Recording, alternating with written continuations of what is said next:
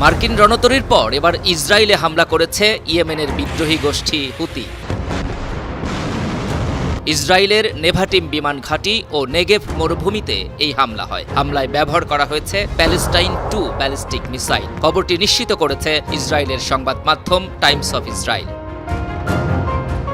Israeli সংবাদ মাধ্যমটির প্রতিবেদনে বলা হচ্ছে, মঙ্গলবার রাতে হামলার সময় দক্ষিণ ইসরায়েলে সতর্কতামূলক সাইরেন বেজে ওঠে। হাজার হাজার ইসরায়েলি নাগরিক নিরাপদ স্থানে আশ্রয় নেয়। তবে আহত ও নিহতের ব্যাপারে কোনো তথ্য প্রকাশ করেনি সংবাদ মাধ্যমটি।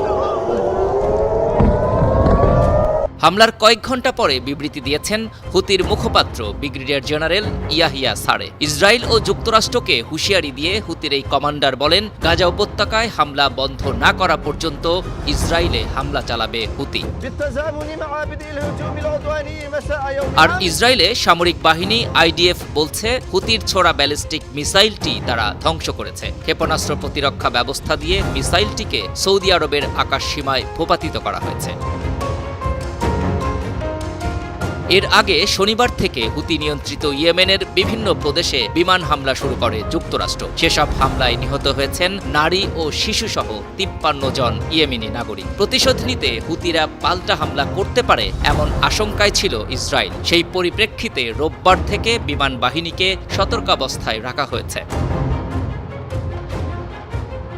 সংবাদ মাধ্যম টাইমস অব ইসরায়েল বলছে, ইরান সমর্থিত হুতি গোষ্ঠী 2023 সালের নভেম্বর থেকে এখন পর্যন্ত ইসরায়েলে 40টির মতো ব্যালিস্টিক মিসাইল নিক্ষেপ করেছে। এ সময় ড্রোন হামলাও করা হয়। ইয়েমেনের এই গোষ্ঠীটি লোহিত সাগর ও আরব সাগরে চলাচলকারী শতাধিক বাণিজ্যিক জাহাজে হামলা করে। এসব হামলায় বাণিজ্যিক জাহাজ ডুবে মারা যায় বেশ কয়েকজন নাবিক। তাদের হামলার লক্ষ্যবস্তু ছিল মার্কিন ও ইসরায়েলি জাহাজ। মধ্যপ্রাচ্যে ইরানের প্রক্সি হিসেবে কাজ করে হুতি। ইয়েমেনের এই বিদ্রোহী গোষ্ঠীকে সব ধরনের সামরিক ও অর্থনৈতিক সহায়তা দেয় তেহরান। বিশ্বে সমুদ্রপথে পণ্য পরিবহনের গুরুত্বপূর্ণ পথ লোহিত সাগরে গোষ্ঠীটির রয়েছে শক্তিশালী ঘাঁটি। The Washington institute for near east policy বলছে, হুতিদের কাছে জাহাজ বিধ্বংসী ক্রুজ ক্ষেপণাস্ত্র রয়েছে। এসব ক্ষেপণাস্ত্র 80 কিলোমিটার থেকে 300 কিলোমিটার দূর পর্যন্ত আঘাত হানতে পারে। এর মধ্যে আছে সায়াদ এবং সেজ্জিল মিসাইল। এই থিঙ্ক ট্যাঙ্ক আরও বলছে, দূর থেকে লক্ষ্যবস্তুতে আঘাত হানতে হুতির হাতে আছে জাহাজ বিধ্বংসী ব্যালিস্টিক মিসাইল। যেসব মিসাইলগুলোর অবস্থান নির্ণয় করাও কঠিন। দ্রুতগতির কারণে এসব মিসাইল মুহূর্তের মধ্যে আক্রমণ করতে পারে।